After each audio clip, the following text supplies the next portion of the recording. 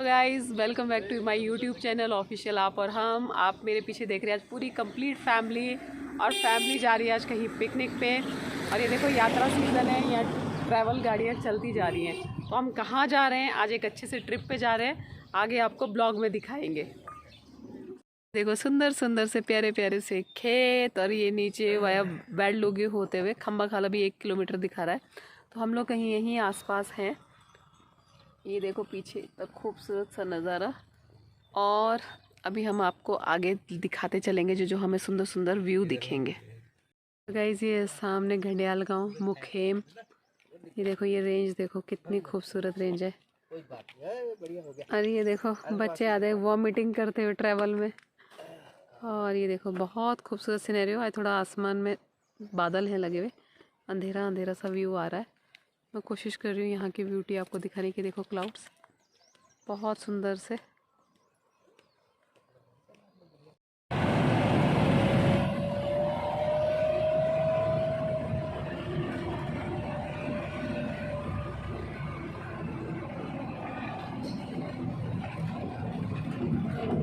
Guys मैं आ गई हूँ उत्तर की द्वारिका में, और आप मेरे पीछे देखेंगे वो दूर ऊपर टेंपल दिखाई देता है। तो ये उत्तराखंड में ये प्लेस है, बहुत ब्यूटीफुल सा। आप आइए हमारे हेवन में। और ये मेरी फैमिली पीछे जो अभी मुझे वेट कर रही है कि आए और फ़ोटो क्लिक करें। तो बहुत खूबसूरत सी जगह है। आज यहाँ मैं फैमिली को विज़िट करा रही हूँ 9 साल में पहली बार। और आप जहाँ तक देखेंगे लोकेशन इतनी ब्यूटीफुल है कि आप यहाँ आए बिना खुद को रोक ही नहीं पाएंगे। और रास्ता बहुत कठिन है, और आज देखो मौसम भी बहुत ख़राब है।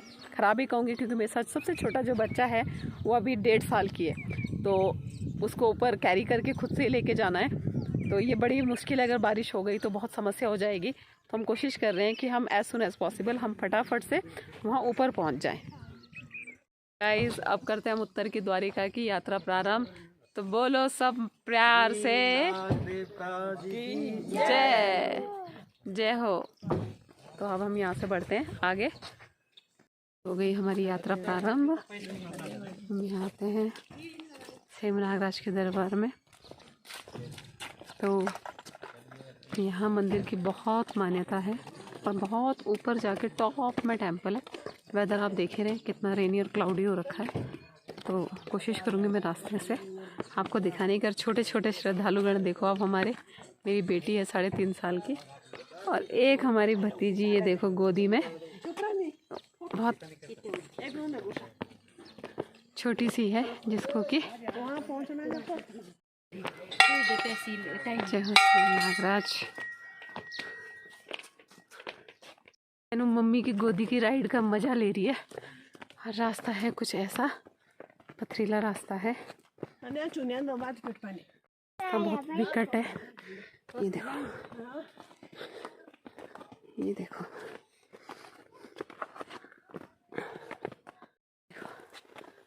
मम्मी ने डंडा ले रखा।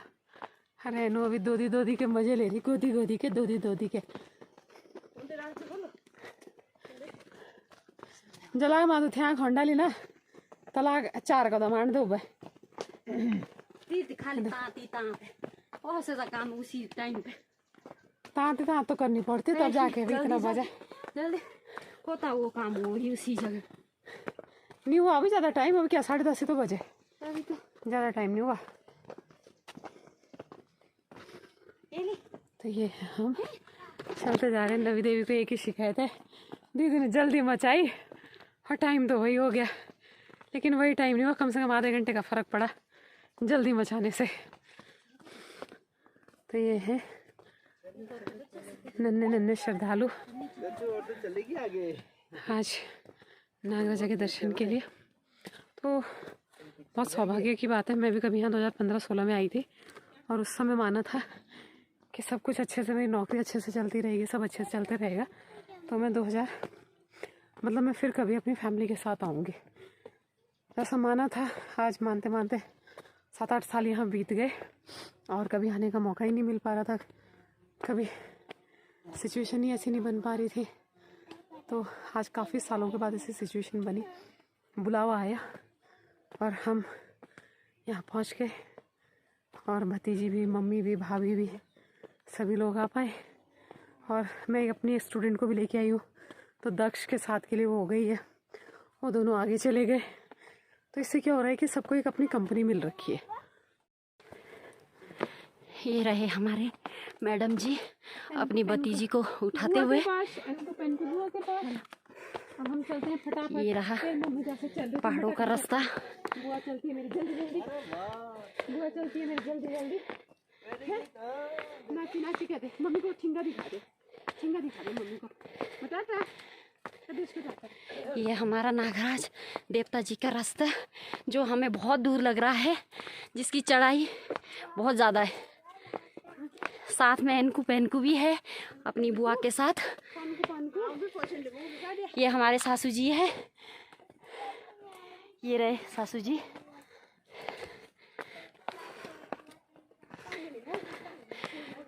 हमारे मैडम जी देखो पहाड़ों की आदत तो हो चुकी है, फटाफट चलते हुए। ये हमारे भैया जी है, ये सानवी रावत है।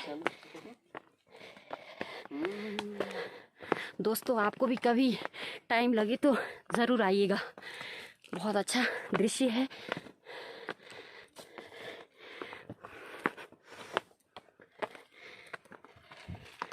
ये देखो सक्षम लंबा लेट आराम से।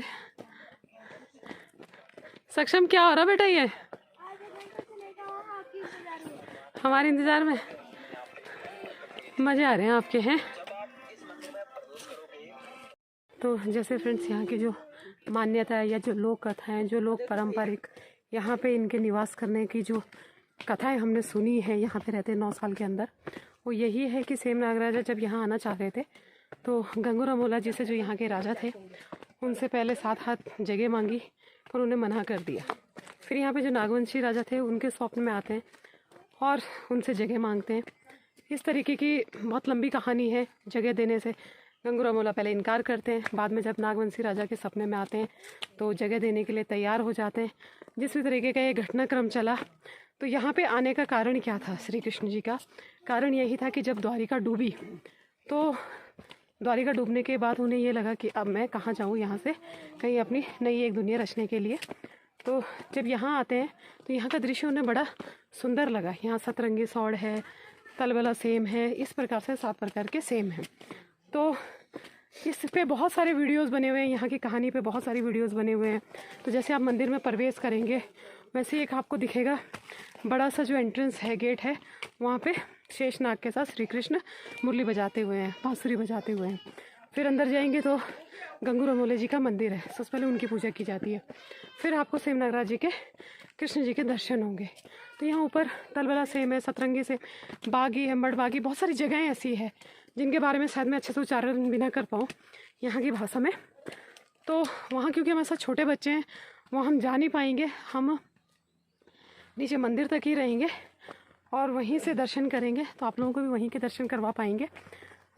अधिक जानकारी के लिए आप YouTube पे सेम नागराज टेम्पल की कितनी वीडियो बनी हुई हैं जिनको आप देखेंगे और अपनी नॉलेज को आप इम्प्रूव कर सकते हैं। और साथ साथ मैं भी नेक्स्ट टाइम के लिए और इम्प्रूव कर लूँगी। अभी क्योंकि चलते चलते बात करना, बताने के लिए बहुत कुछ है, लेकिन बात करना बहुत मुश्किल हो रहा है। बहुत हाइट पे है और हमें मंदिर की घंटियाँ सुनाई देने लगी हैं और बहुत जल्दी हम पहुंच जाएंगे। और ये देखो मेरे साथ एक छोटे से श्रद्धालु और जुड़ गए हैं, तो सब बोलेंगे जय श्री कृष्ण, कृष्ण कृष्ण हरे हरे, हरे राम राम राम हरे हरे।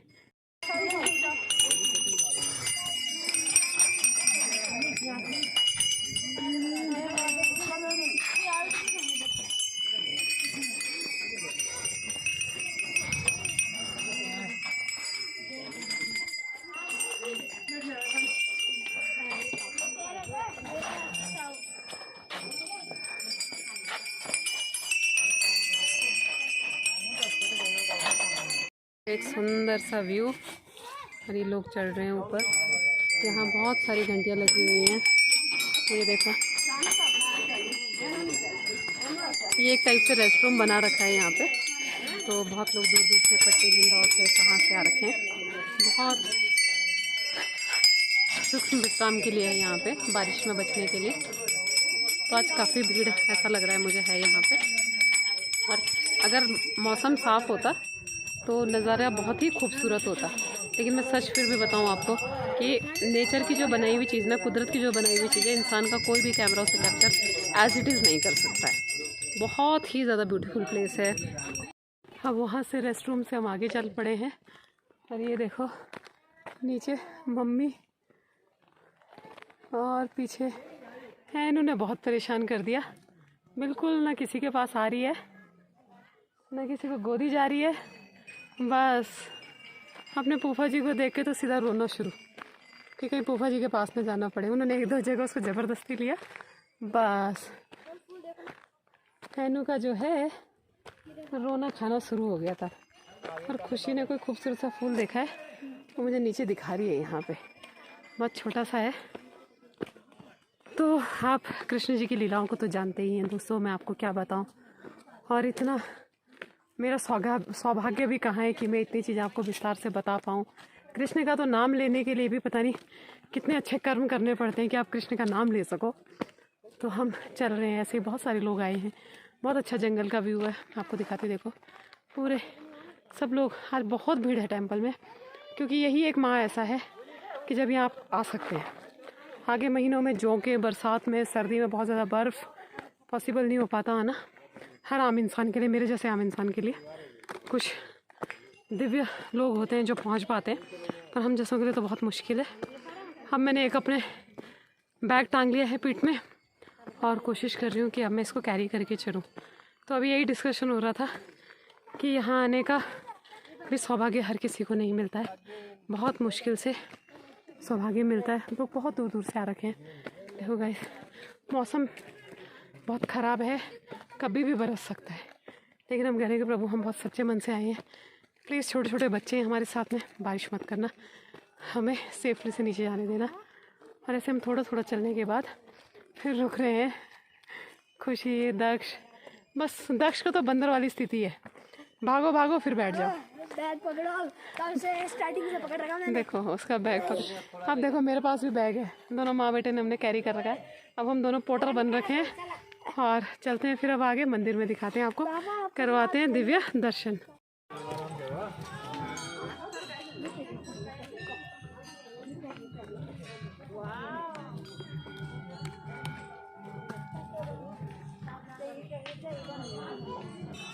भक्तों की जय हो। ये आप देख ही रहे होंगे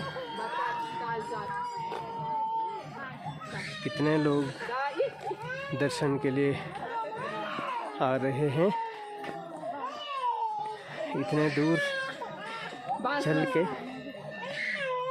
यही दिखाती है कि लोगों के अंदर कितनी श्रद्धा है भगवान के प्रति।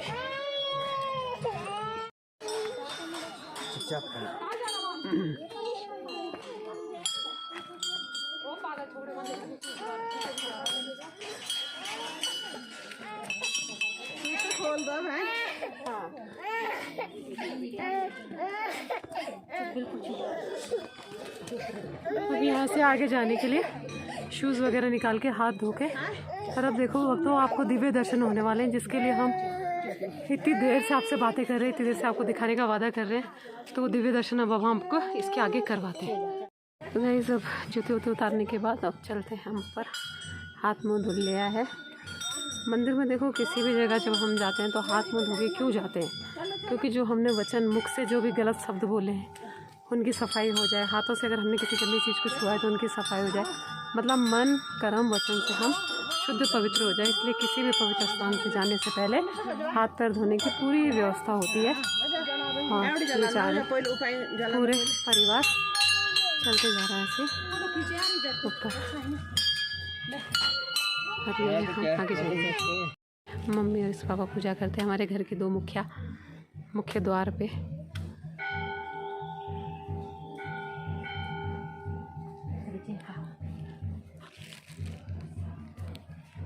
पूजा करने के बाद अब हम बढ़ रहे हैं आगे अपनी द्वारिका देखने।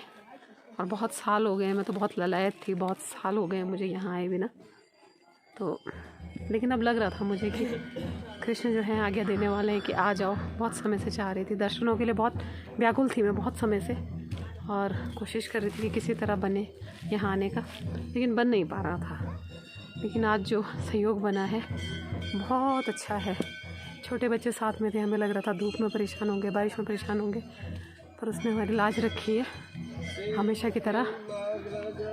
जय सेम मुखेम नाथ जय की जय।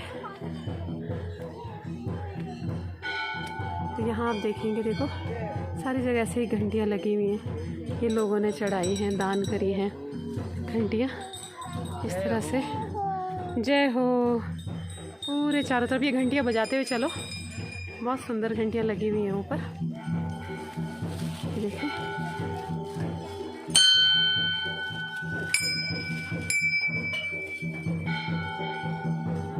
मतलब मैं कितनी तारीफ़ करूं, मैं किन शब्दों में बयान करूं, उतने तुच्छ से जीवा को प्रभु ने क्षमता ही नहीं दी है कि मैं यहाँ की खूबसूरती को, यहाँ की सुंदरता को, यहाँ की भव्यता को, यहाँ की दिव्यता को मैं अपने शब्दों में बयान कर सकूं।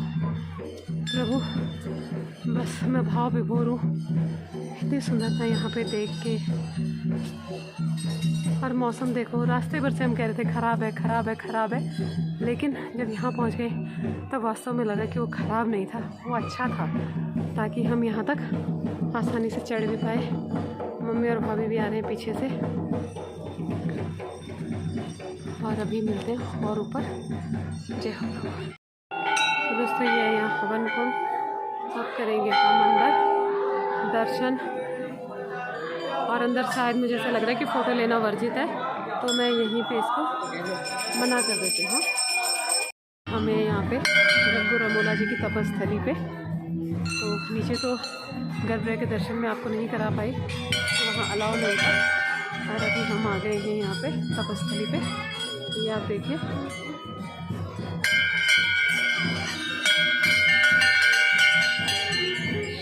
हरे कृष्ण कृष्ण हरे हरे। तो दक्ष बहुत जंप करके कोशिश कर रहा है घंटी बजाने की। दर्शन करते हैं, दर्शन लीजिए आप लोग भी भक्त जन। सब लोग टीका लेते हैं पंडित जी से।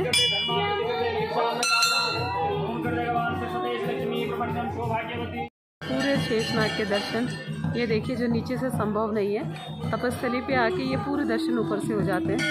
आ रहे हम नीचे को अब ऊपर से दर्शन करने के बाद, और मौसम वैसा ही है, पूरा घिरा हुआ आसमान, और बहुत दिव्य दर्शन हुए, बहुत सुंदर दर्शन हुए। किसी ने अपने लड्डू गोपाल जी को पिला रखा था दर्शन कराने के लिए। और रास्ता है ऐसा बहुत डाउन वाला, और शानवे के पापा चल रहे हैं आगे, और बाकी की रेल हमारी चल पड़ी है आगे।